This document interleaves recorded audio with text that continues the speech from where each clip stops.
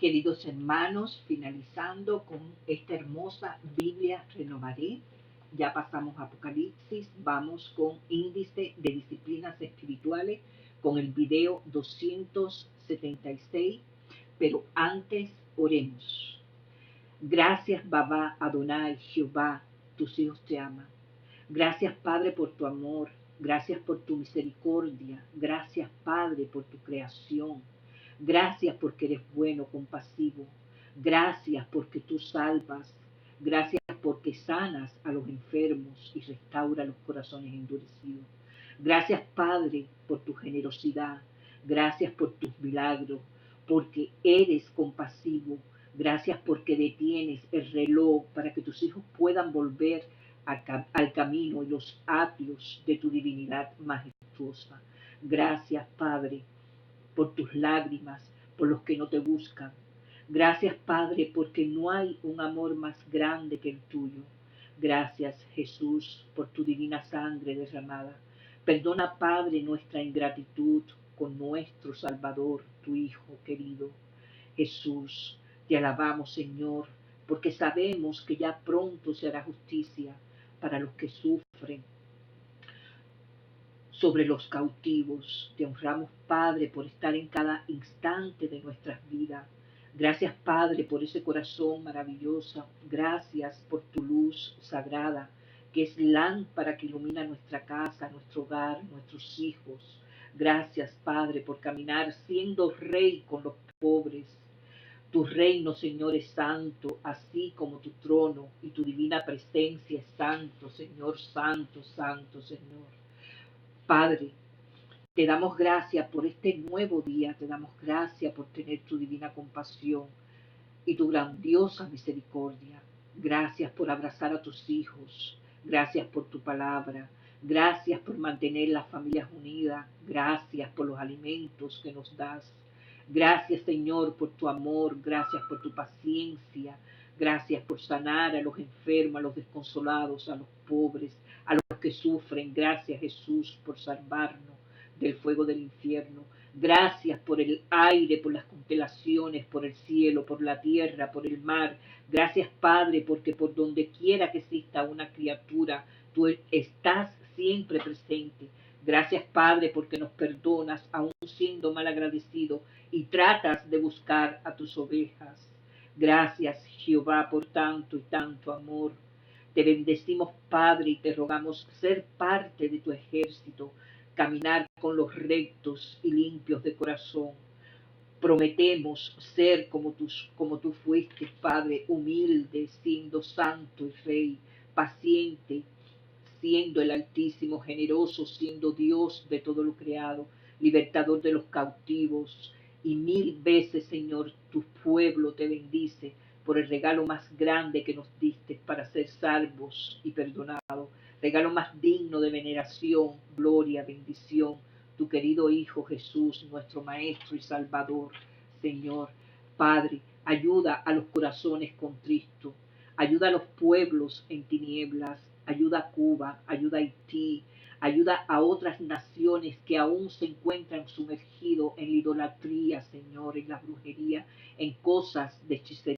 Padre Santo, extiende tu luz divina y lleva el mensaje de tu profeta David Olmo, Señor, que asimismo, como está yendo a cada nación, Señor, que asimismo tú derrames un rayo de tu luz, de tu Espíritu Santo, para que mi pueblo también, Cuba, como otros pueblos también, reciba también la palabra, Señor, para que se vuelva a tus atrios, a tus palabras, a tu divina gloria, Señor. Une, Señor, las naciones. Únenos, Señor, y que todos aclamemos con tu divina unción de tu Espíritu Santo por tu pueblo Israel. Derrama tu poder divino sobre tu ciudad santa, Padre Santo. Unge a tus guerreros, así como ungiste a David, tu hijo, y prepáranos para la batalla. Que todo espíritu inmundo de orgullo, de vanidad, de envidia, de poderío, de guerra, de ingratitud, de impiedad sean destruidos. Manda, Padre, a tus ángeles y manda flechas de fuego. Desata tu brazo poderoso y derrota al enemigo. Derriba los muros y las murallas y cabalga con tu pueblo de Israel, porque la victoria es tuya, Padre, porque eres el Rey, eres poderoso, el Creador, nuestro Dios, santo, santo es tu nombre, Señor. Gracias, Jehová, gracias, Padre. Te amamos. Perdónanos, Padre, perdónanos por no buscar de ti. Te amamos, Padre. Gracias, Dios mío, en nombre de mis hermanos, por tu divino Hijo. Gracias por nuestro divino Salvador, Señor. Sea toda la gloria para nuestra majestad, Padre, Hijo y Espíritu Santo. Amén. La fe y la práctica religiosa. Una corriente cada vez mayor de la ciencia de la psicología sugiere que las personas religiosas son más felices, más sanas y se recuperan mejor de un trauma que las personas que no son religiosas. Lidolfo Jiménez, más conocido como Fito, nació el 8 de septiembre de 1950 en Obiachit, Sonora, México. En la madrugada de aquel viernes, el llanto inaugural de Fito retumbó en cada rincón del campamento donde trabajaba su padre en la construcción de una empresa. Don Jiménez era carpintero y había construido sin saberlo la precaria vivienda donde nacería Fito, su mujer, que era además otra Jiménez. Se dedicaba a criar a sus hijos. Aquella madrugada había dado a luz el cuarto hijo de un total de 9. Al cabo de un par de años, cuando se terminó la represa y las aguas cubrieron el viejo pueblo de Obiachit, que volvió a nacer río arriba, los Jiménez dejaron el campamento para buscar trabajo en la frontera, más precisamente en San Luis, Río Colorado, Sonora. Fito recuerda una sentencia que recorrió la historia familiar y que nació precisamente el día en que abandonaron la represa. Su padre se bajó del camión que los transportaba y mirando el río que se había llevado el pueblo y con él todos los recuerdos, dijo: la vida es como ese río, nada resiste el paso del tiempo, por eso tenemos que apurar el paso. Y apuraron el paso. Pronto don Jiménez encontró trabajo como bracero para un ranchero de este lado del río Colorado. Fito recuerda su primera infancia apacible y las tardes de Somerton, Arizona, aburridas e interminables como ese desierto que ardía durante las 4 estaciones del año. Aunque los lugareños dicen que ahí solo hay 2 estaciones, el invierno y el infierno. No había llegado a la primera década de vida cuando Fito iba con su padre los sábados a la cosecha de algodón para ahorrar un dinerito y no faltarle a su madre cada 10 de mayo. A medida que iba creciendo, Fito se las ingeniaba para ganar más y más dinero. Para la década de 1960, San Luis Río Colorado se había convertido en una pequeña Las Vegas y Fito cruzaba para vender algunas chucherías. Y por 2 coras o un tostón les daba bola a los estadounidenses que pasaban la frontera a visitar las cantinas y teatros, que en ese tiempo convocaban a lo mejor del jet set mexicano. La enemistad de Fito con la policía ya despuntó en el amanecer de su segunda década de vida. Apenas tenía 11 años cuando los agentes lo perseguían por las calles de San Luis con solo verlo. No querían que molestara a los turistas, a quienes mortificaba para que le compraran lo que fuere. Cuando la policía lo apresaba, Fito iba a parar a la comisaría, donde a la mañana siguiente lo soltaba, no sin antes lustrarle los zapatos a toda la oficialidad y a los suboficiales. Cuando Fito cumplió 14 años de vida, su padre le arregló los papeles. Entonces Fito se sintió a sus anchas para vivir en los 2 lados de la frontera. Esto terminó su destino. Para entonces Humberto, el hijo mayor de Jiménez, se había hecho compadre de un amigo en Sinaloa, tierra famosa por la producción de marihuana. Con esa amistad comenzó a nacer el negocio familiar. Pronto Humberto se contactó con contrabandistas mexicanos interesados en pasar marihuana en los Estados Unidos. Y en menos que canta un gallo, Humberto y su compadre, mafioso de profesión, enrolaron en el negocio a los otros hermanos Jiménez, Agustín, 2 años mayor que Fito, Evangelina, la única hermana, y José Luis, el menor. Y con lo que Fito le gustaba el dinero, no le fue difícil a Evangelina convencerlo de que se prestara como mulita para pasar droga al otro lado del río. Él tenía apenas 14 años, era inimputable. Entonces los guardias de frontera estadounidense eran muy nice. Cuenta Fito, y él aprovechaba la bondad de los guardias para pasar autos con la cajuela llena de ladrillos. A medida de este lado del río se pusieron más mañeros, más sofisticada fue la forma de pasar la droga, en el motor, en las ruedas y en todo agujero que pudiera rellenarse con la hierba. Y cuando se complicó el paso de la marihuana por tierra, comenzaron a pasarla por el mismo río Colorado. Habiendo apurado el paso, en pocos meses el negocio creció en porciones geométricas. Evangelina y Fito se encargaban del negocio de aquel lado del río, producir, acopiar y trasladar la marihuana a Arizona. Y José Luis y Humberto se ocupaban del negocio que de este lado, ganar mercado, trasladar la droga a distintas ciudades y recibir el dinero. En sus comienzos los abastecía Pedro Áviles, el Chapo Guzmán de aquella época. Pero luego compraron un avión y con piloto privado Fito y Evangelina visitaron la sierra de Chihuahua y Sinaloa, que colinda con Sonora, donde hasta el día de hoy se siembra marihuana. Para entonces, Evangelina, conocida en el ambiente como la doña, ya era ama y señora del negocio. Ella era la de la palabra, el trato, el compromiso. Y en su carácter había una buena dosis de crueldad y abuso, tanto que Agustín terminó separándose del negocio familiar y formó su propio negocio. Fito se quedó con Evangelina, era su mano derecha. El mercado se fue extendiendo como fuego llevado por el viento. Tucson, Phoenix, Los Ángeles, San Francisco y Chicago. Si contemplaban la tonelada, llegaban más lejos, Nueva York y la Florida. El negocio creció y el paso de la droga al lomo de mula pareció de un tiempo lejano. Ahora pasaban todo lo que querían en camiones, trenes, aviones y barcos. Compraban las fronteras. Para entonces Fito ya tenía 20 años. Eran tiempos gloriosos, andaba bien con el dinero y en el amor. Los dólares caían como las aguas del Niágara y se había enamorado de una morena que le robó a un campesino pobre de la zona.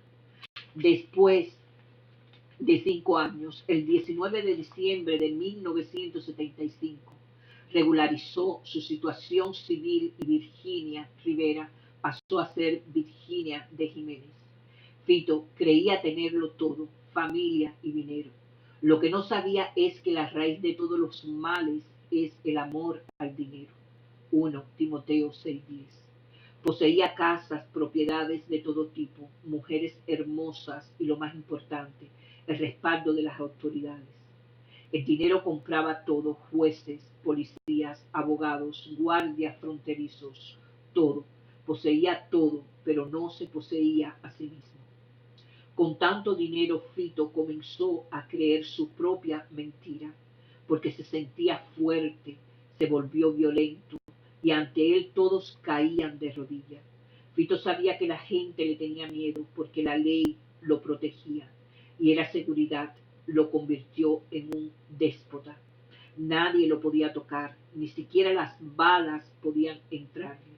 El poder nos embriaga y hace que nos sintamos superhéroes cuando en realidad somos despreciables.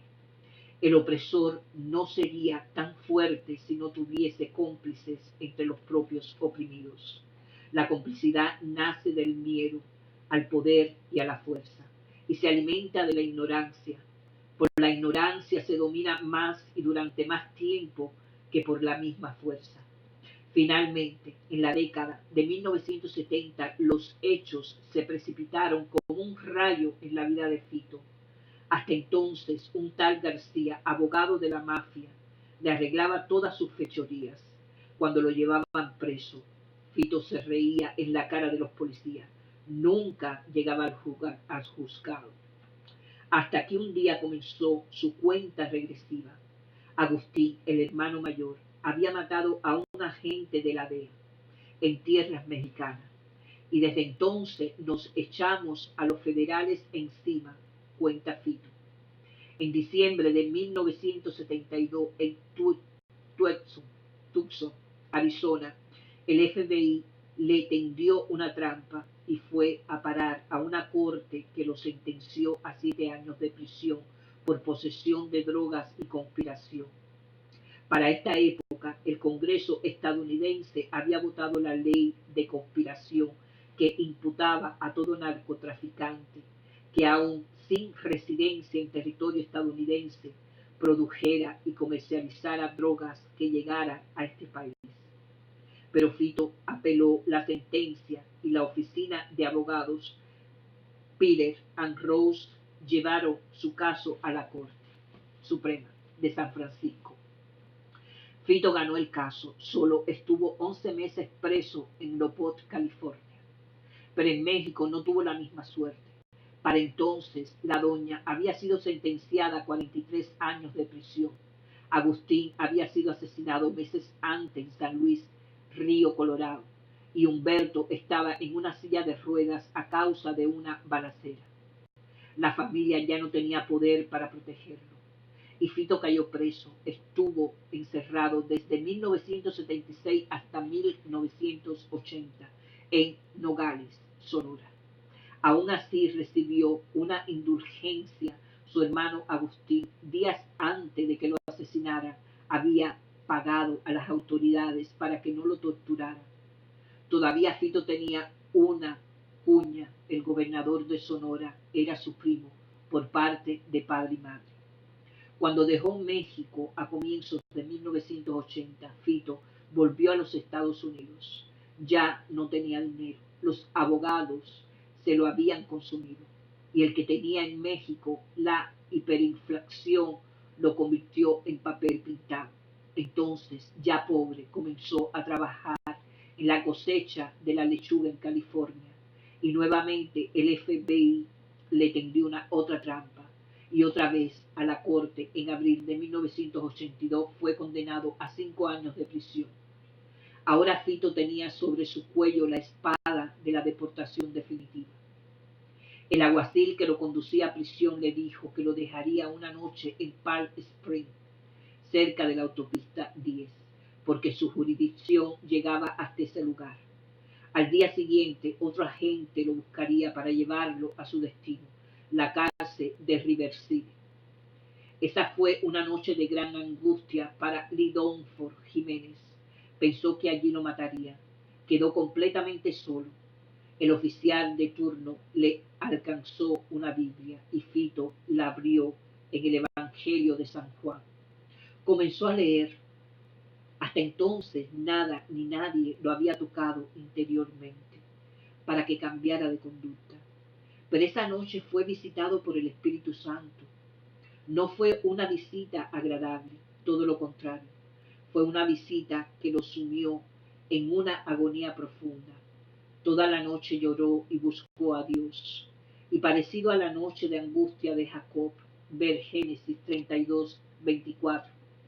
Al amanecer Fito tuvo paz. Sabía que lo peor estaba por venir, la cárcel y la deportación.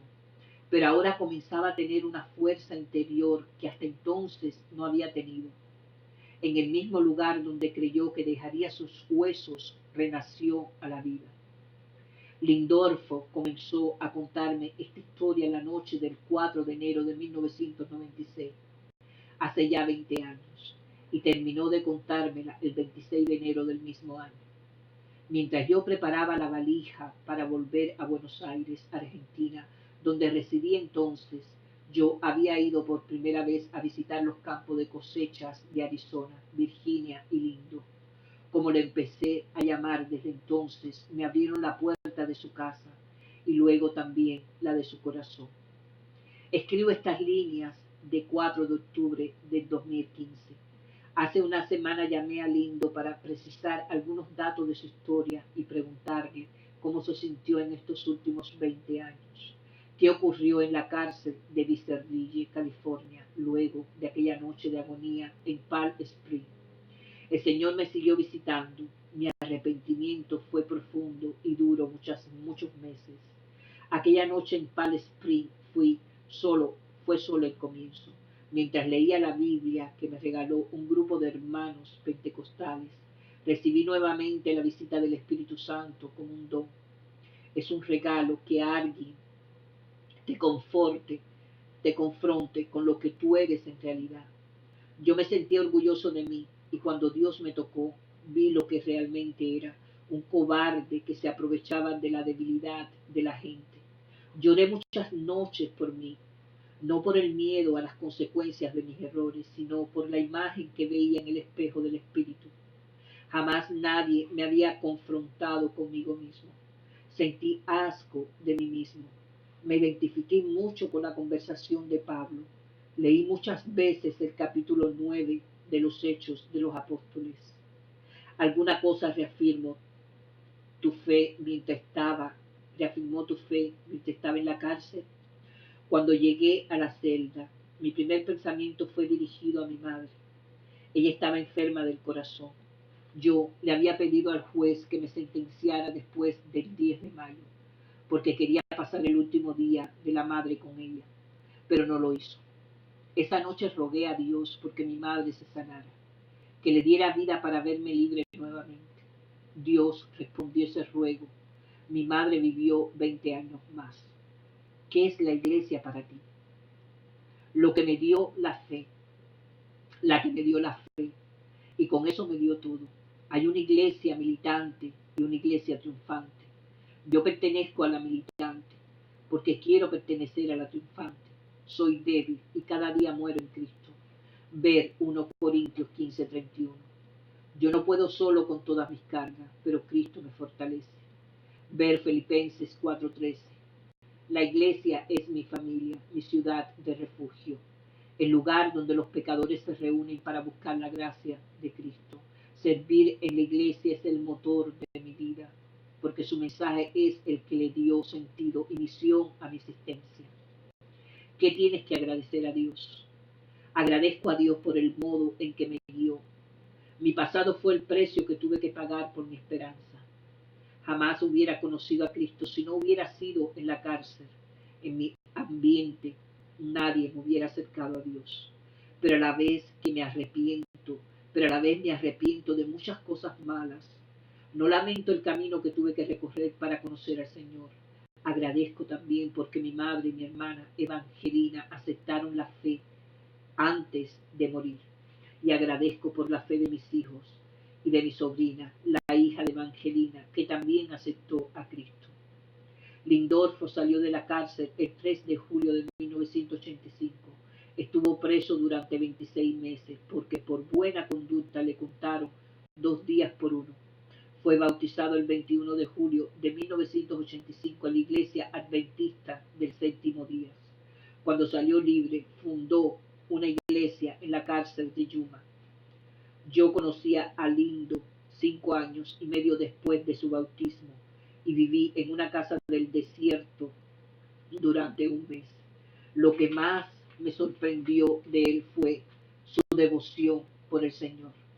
Cada mañana reunía a su familia en torno de la mesa para orar y estudiar la palabra de Dios. Una vez que desayunaba, se iba al sol, al calor del desierto, a trabajar honradamente en su taller mecánico, por muy poco dinero. Cuando lo veía, yo me preguntaba cuánto tiempo podía durar un hombre con ese estilo de vida pobre. Cuando no hacía mucho tiempo tenía miles de dólares en su bolsa cada día. El tiempo dio la mejor respuesta. Después de salir de la cárcel, Lindor Norfolk tuvo que enfrentar el juicio ante migración. Entonces el juez, luego de recibir el testimonio del pastor adventista acerca de lo valioso que es lindo para su iglesia y la comunidad, lo declaró inocente. Hoy es el dirigente más influyente de la iglesia adventista de México, Mexicali, Baja California, México. Vive feliz con su esposa Virginia y disfruta los nietos que le dieron sus 5 hijos, Elia, Manuel, Pedro, Rafael y Gabriel, todos creyentes en la misma fe adventista. ¿Qué dice la ciencia acerca del poder de la religión?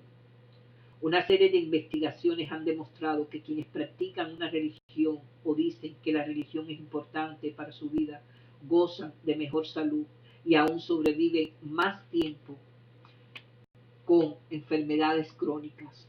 Los religiosos tienen más probabilidad de llevar una vida sana, dice la investigadora Sonja Lyubomirsky.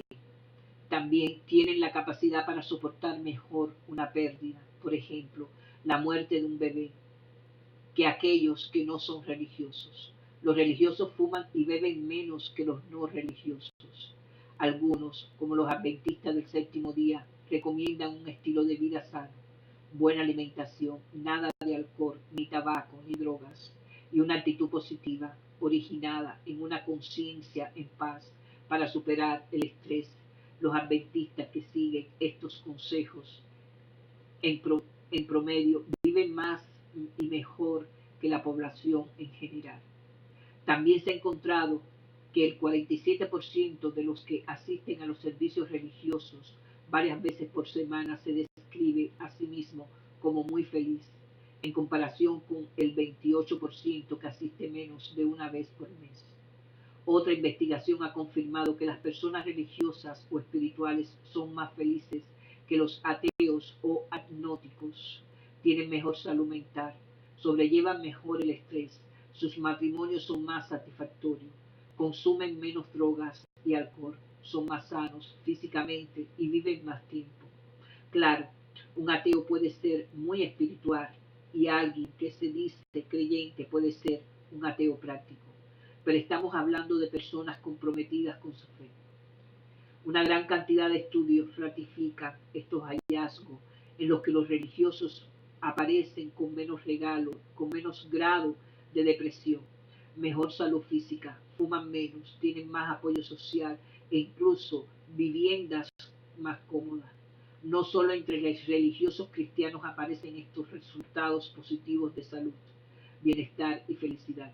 También se los ha encontrado entre los creyentes musulmanes y poblaciones de hindúes. Jesús y la fe. Probablemente después de convertirse en señorita, ella advirtió que algo no andaba bien en su cuerpo. Los periodos eran muy largos y pocos los días que no sangraba. Al principio la madre no le dio importancia. Ya se te va a regularizar, le dijo, para tranquilizarla. Pero seguía con mucho sangrado y no lograba recuperarse de uno, cuando nuevamente comenzaban los derrames. El sangrado continuo, hacía que su organismo no pudiera crecer. Seguía flacucha, casi escuálida. La sociedad machista donde vivía tenía creencias morales muy estrictas. Consideraba la etapa del período femenino como un estado de impureza o suciedad, por lo que las mujeres debían estar alejadas para no contaminar a los hombres y las cosas que tocaban.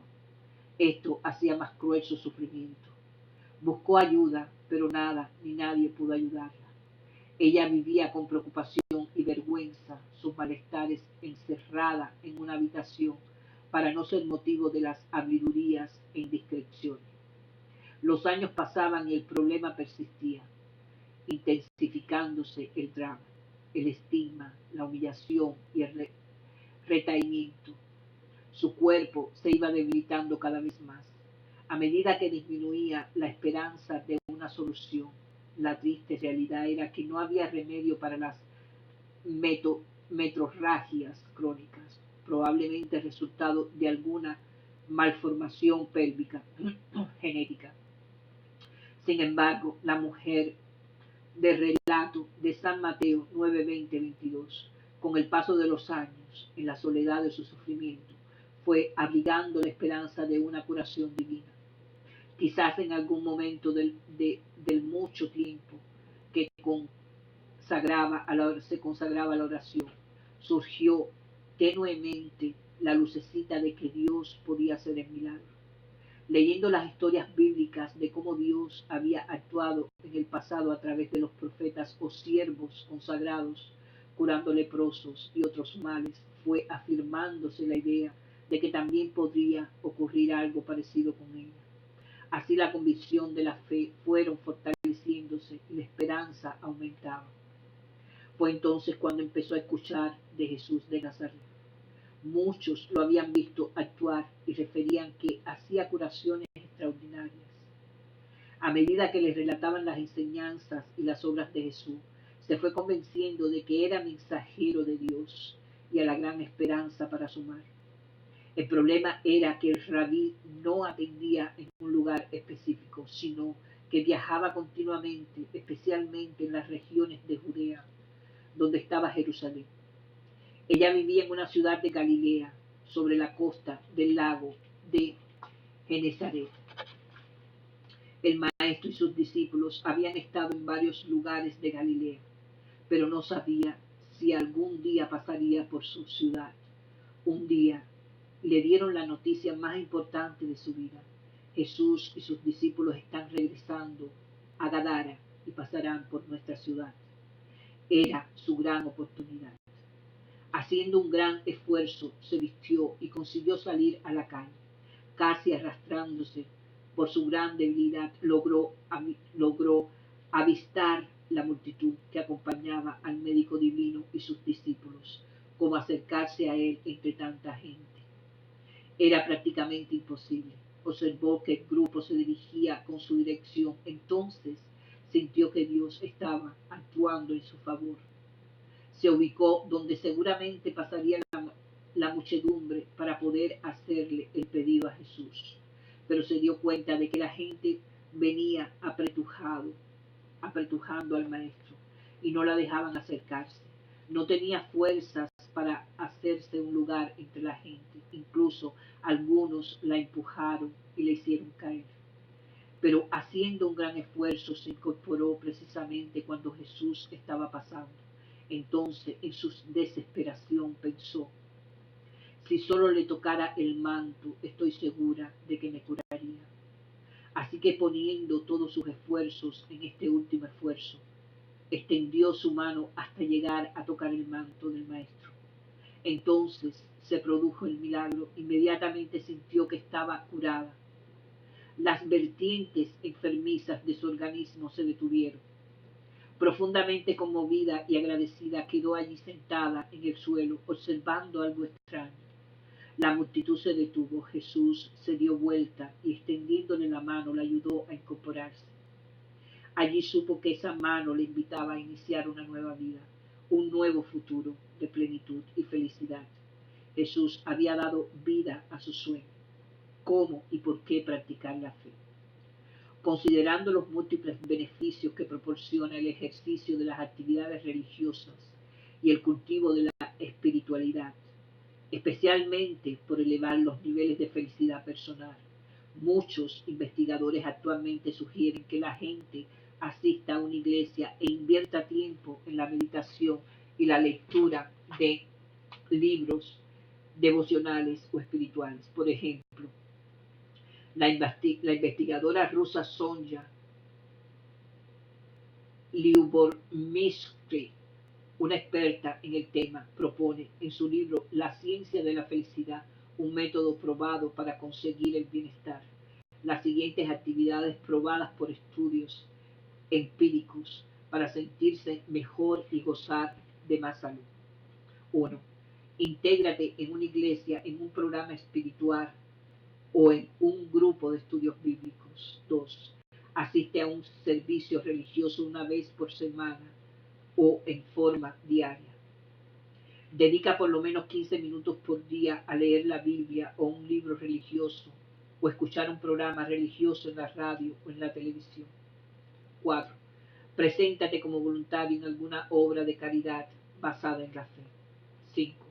Busca el sentido de la vida. Trabaja para encontrar la fe con la que puedas identificarte. 6. Dedica entre 5 minutos y 1 hora por día a la oración. Ora al despertarte, ora en cada comida y antes de ir a dormir por la noche. 7. Desarrolla tu capacidad para ver lo sagrado en las cosas cotidianas, tanto en las hermosas como en las simples. Santificar los objetos, las experiencias y los esfuerzos cotidianos requiere mucha práctica, pero en esto está la esencia de la espiritualidad y su recompensa. Enseñanza bíblica, Jesús y la fe. San Mateo 9, 18, 22. Introducción. Un domingo un ministro estaba hablando acerca del bautismo y dijo que era suficiente la aspersión de agua por encima de la cabeza del creyente para bautizarlo. Explicó que cuando Juan el Bautista bautizó a Jesús en el Jordán, en realidad ellos no estaban dentro del agua, sino cerca a un lado. Y lo mismo cuando Felipe bautizó el eunuco en el río. Pero luego del servicio religioso un creyente se le acercó y le dijo: ahora entiendo la historia de Jonás, que fue tragado por la ballena. Siempre me había preocupado. Ahora sé que Jonás realmente no estaba dentro de la ballena, sino cerca a un lado. Ni los 3 jóvenes hebreos fueron echados en el horno del fuego, sino que los pusieron cerca del horno. Ni Daniel tampoco fue echado en un foso con leones, sino que estuvo cerca a un lado, como en el zoológico. En el estudio anterior hablamos acerca de la muerte y de la resurrección. En este estudio veremos cómo se simboliza la muerte y la resurrección espiritual. Estudiemos lo que dice la Biblia acerca del bautismo, que es la puerta de entrada a una vida nueva, a la santificación, en otras palabras, a la práctica de la religión. ¿Por qué llegó la muerte a este mundo? Romanos 5:12. Dios había creado al hombre a su imagen y semejanza, perfecto y con la posibilidad de vivir eternamente. Pero la eternidad estaba condicionada a la obediencia. Cuando Adán pecó, la muerte entró en este mundo. ¿Qué hizo Dios con la humanidad después de la caída? Génesis 3:15. A pesar de la desobediencia de Adán, Dios prometió darle una solución a este problema: enviar a un Salvador que sería de la misma simiente de la mujer, nacido entre los hombres, pero a su vez eterno como la ley ofendida. Jesús fue tan humano como Adán el ofensor, porque un hombre, Adán, había sido la causa de la caída de este mundo. Solo otro hombre, Jesús, podía recuperarlo.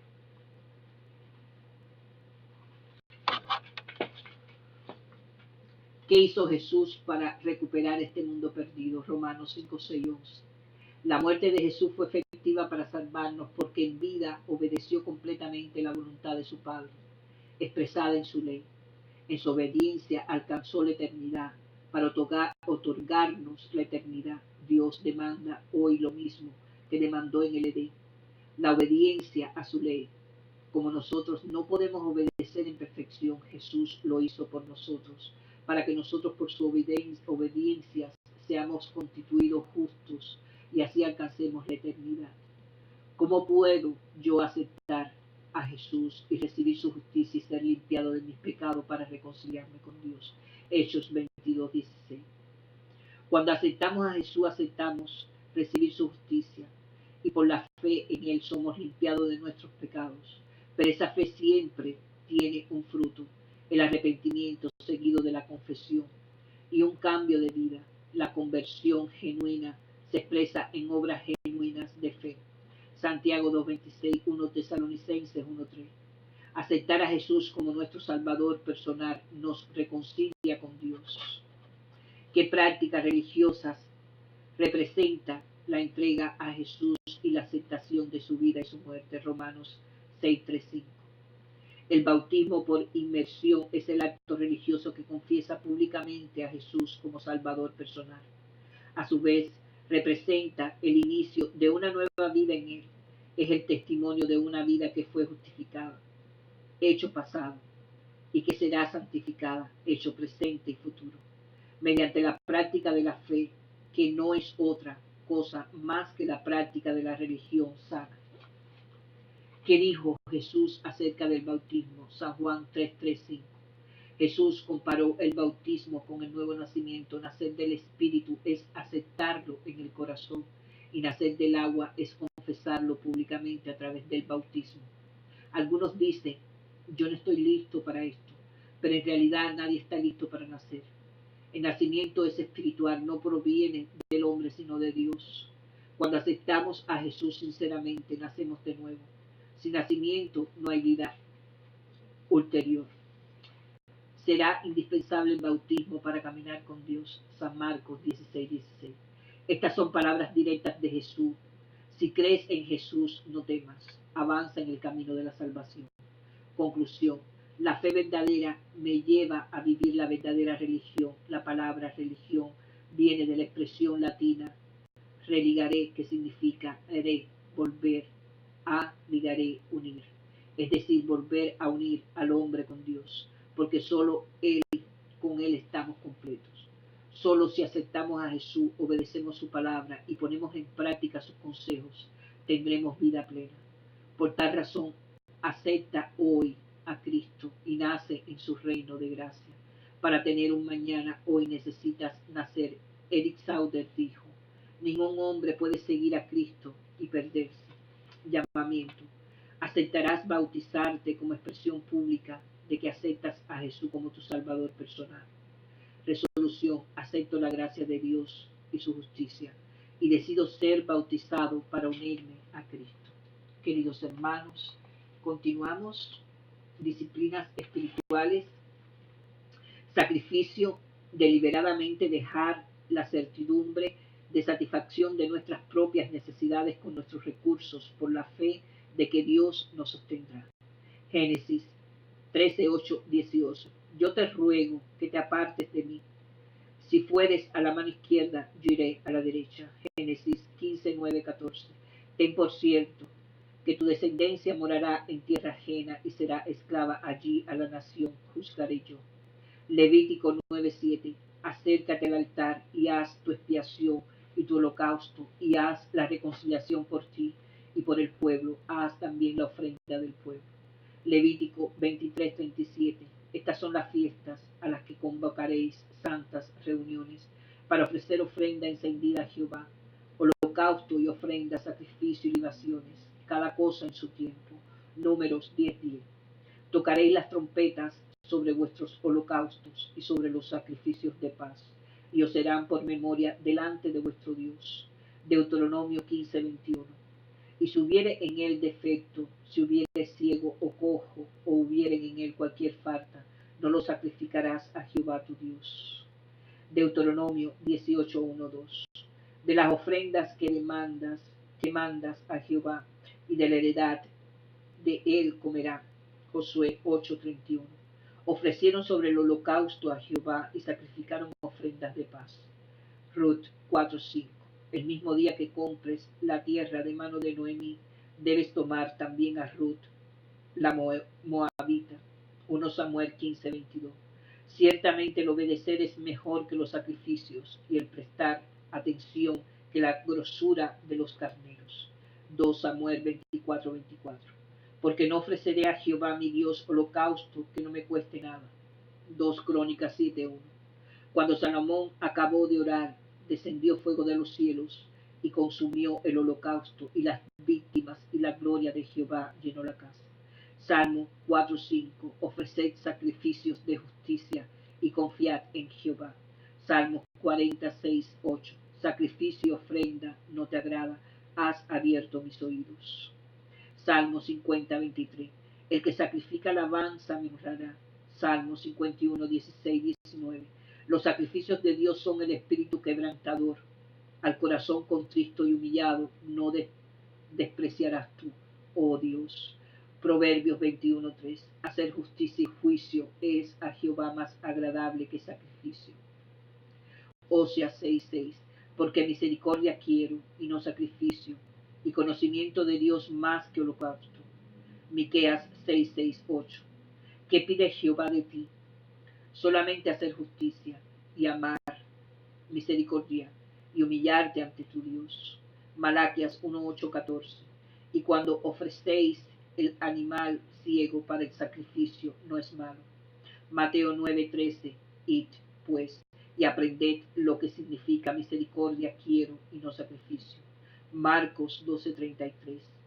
Y el amarle con todo el corazón, con todo el entendimiento, con todo el alma y con todas las fuerzas, y amar al prójimo como a uno mismo, es más que todos los holocaustos y sacrificios. Marcos 14:3-9.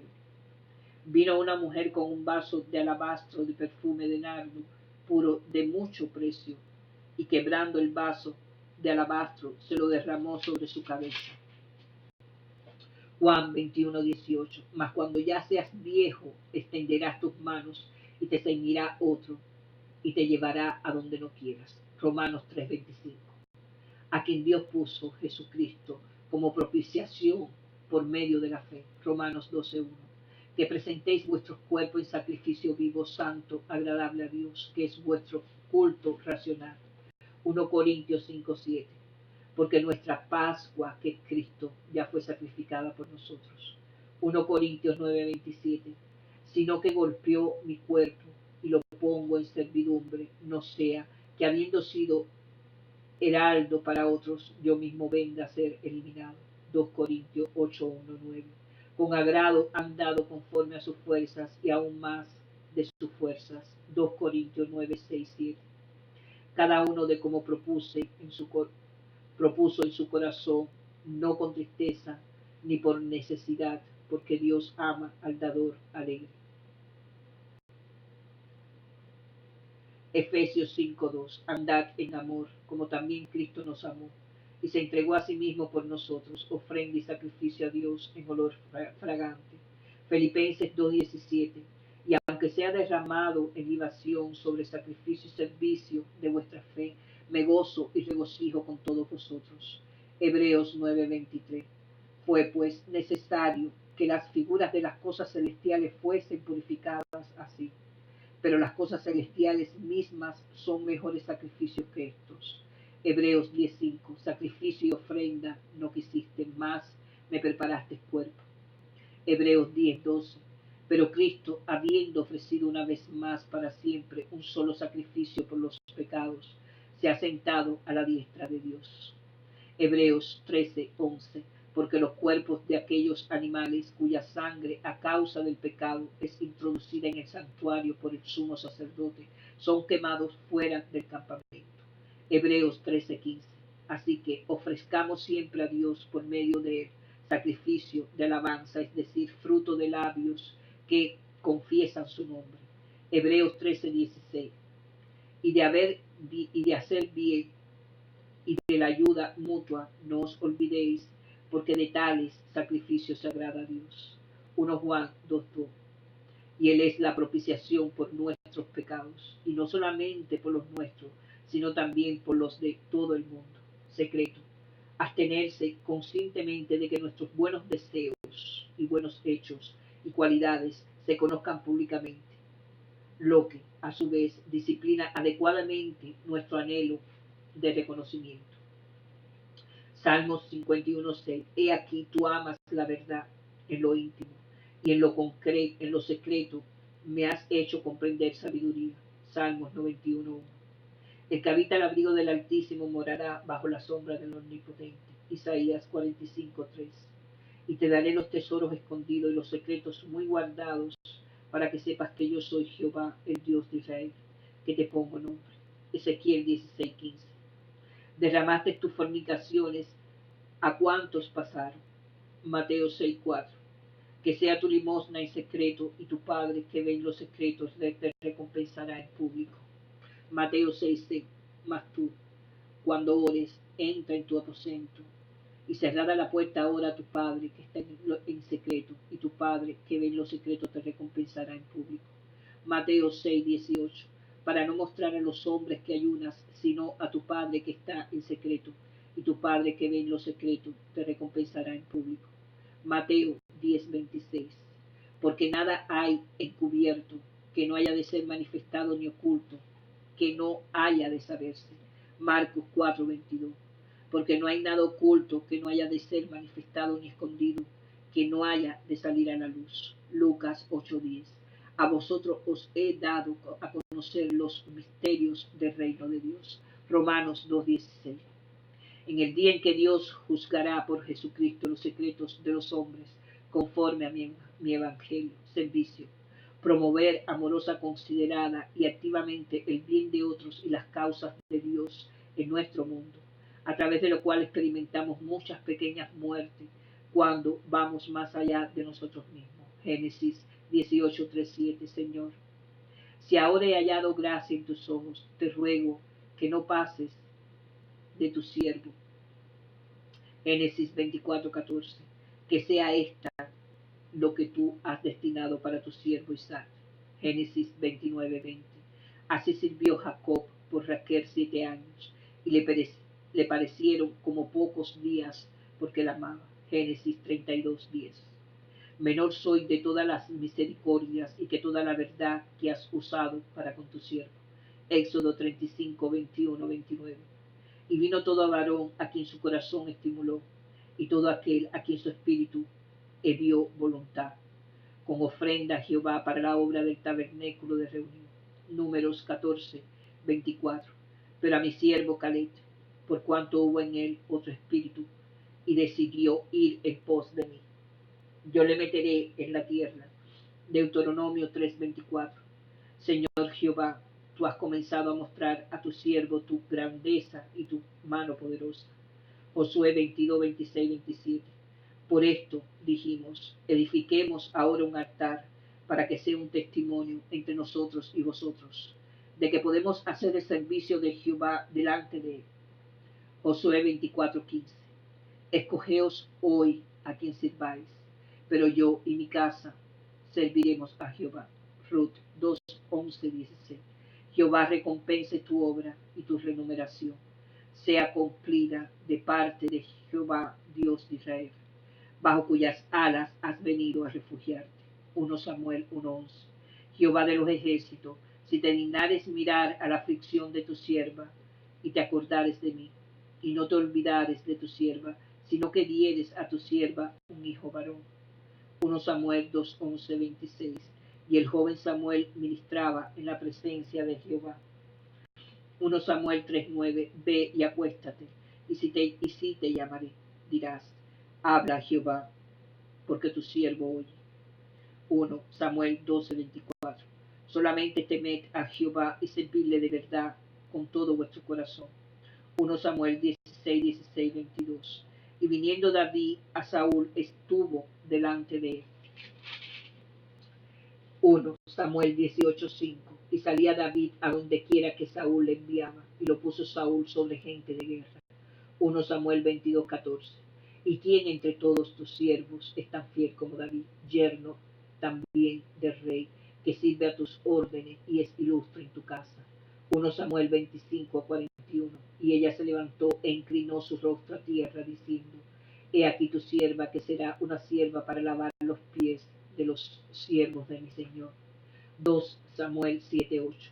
Ahora pues dirás así a mi sierva David, así ha dicho Jehová de los ejércitos, yo te tomé de redil, de detrás de las ovejas, para que fueses príncipe sobre mi pueblo, sobre Israel. 2 Samuel 7:21. Todas estas grandezas has hecho por tu palabra y conforme a tu corazón, haciéndolas saber a tu siervo. 2 Samuel 11:11. El arca de Israel y Judá están bajo tiendas, y mi señor Joab y los siervos de mi señor en el campo. Y había yo de entrar en mi casa para comer y beber y a dormir con mi mujer. Yo no haré tal cosa. 2 Samuel 16:1. Cuando David pasó un poco más allá de la cumbre del monte, he aquí Sibá, el criado de Mefibofet, que salía a recibirle. 1 Reyes 3:9. Da pues a tu siervo un corazón entendido para juzgar a tu pueblo y para discernir entre lo bueno y lo malo. Nehemías 5:15-16. Los primeros gobernadores que fueron antes de mí abrumaron al pueblo Aún sus criados se enseñoreaban del pueblo, pero yo no hice así, a causa del temor de Dios. Salmos 8, 6, 8. Le hiciste señorear sobre las obras de tus manos. Salmo 35, 27. Sea exaltado Jehová, que ama la paz de su siervo. Salmo 113, 1. Alabad, siervos de Jehová. Salmo 134, 1. Mirad, bendecid a Jehová, vosotros todos los siervos de Jehová, los que en la casa de Jehová estáis en las noches.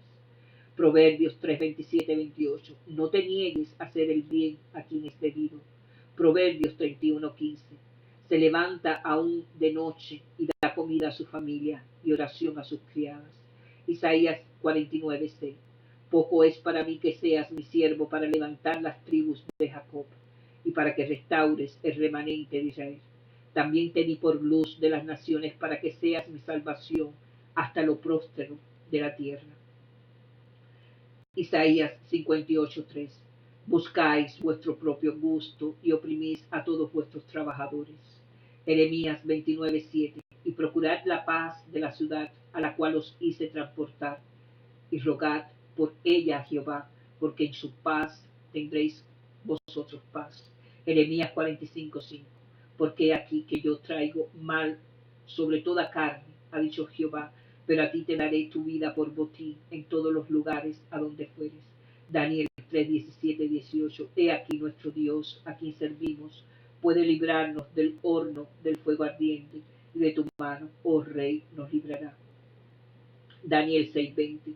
Daniel, siervo de Dios viviente, el Dios tuyo, a quien tú continuamente sirves, te ha podido librar de los leones. Amos 2, 6, 8.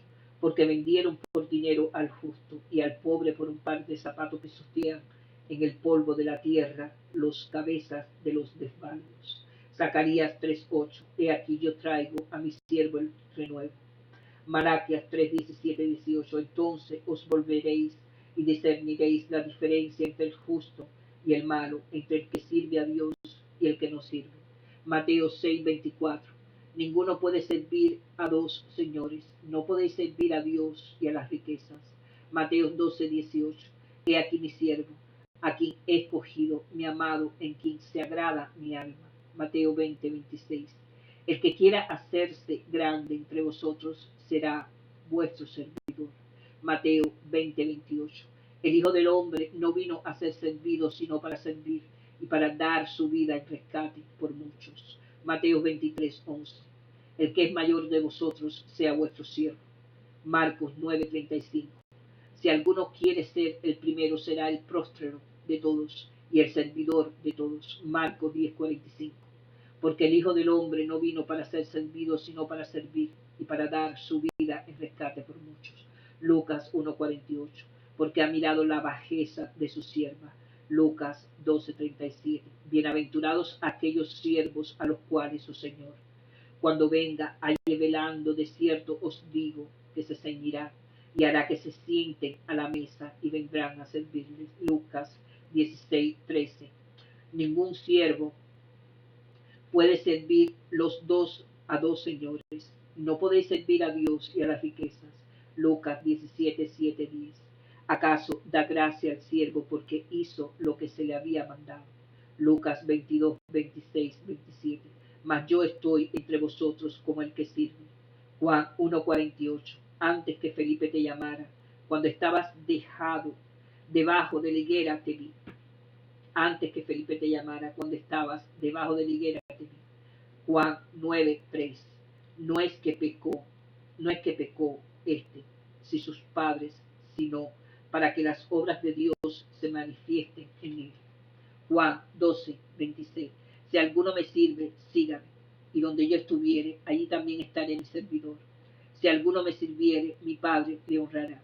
Juan 13:1, 17. Pues si yo, el Señor y el Maestro, he lavado vuestros pies, vosotros también debéis lavar los pies los unos a los otros. Juan 15:15, 20. Ya no os llamaré siervos, porque el siervo no sabe lo que hace su Señor, pero os he llamado amigos. Hechos 6:1-6. Buscad pues, hermanos, de entre vosotros a 7 varones de buen testimonio, llenos del Espíritu Santo y de sabiduría a quienes encarguemos de este trabajo. Hechos 20:19, sirviendo al Señor con toda humildad y con muchas lágrimas. Romanos 12:11, en lo que requiere diligencia, no perezosos, ferviente en espíritu, sirviendo al Señor. Romanos 13:6, pues por esto pagáis también los tributos, porque son servidores de Dios que atienden continuamente a esto mismo. Romanos 15:16, Dios me dio la gracia para ser ministro de Jesucristo a los gentiles, ministrando el Evangelio de Dios. 1 Corintios 16:16, os ruego que os sujetéis a personas como ellos y a todos los que ayudan y trabajan. 2 Corintios 6:4-7, nos recomendamos en todo como ministros de Dios en nuestra paciencia, en tribulaciones, en necesidades, en angustia. Efesios 3:7, del cual yo fui hecho ministro por el don de la gracia de Dios, que me ha sido dado según la operación de su poder. Efesios 6:7, sirviendo de buena voluntad como el Señor y no a los hombres. Hebreos 12:1-3, despojémonos de todo peso y del pecado que nos asedia y corramos con paciencia la carrera que tenemos por delante. Santiago 1:8, el hombre de doble ánimo es inconstante en todos sus caminos. Santiago 4:8, limpiad las manos y vosotros, los de doble ánimo, purificad vuestros corazones.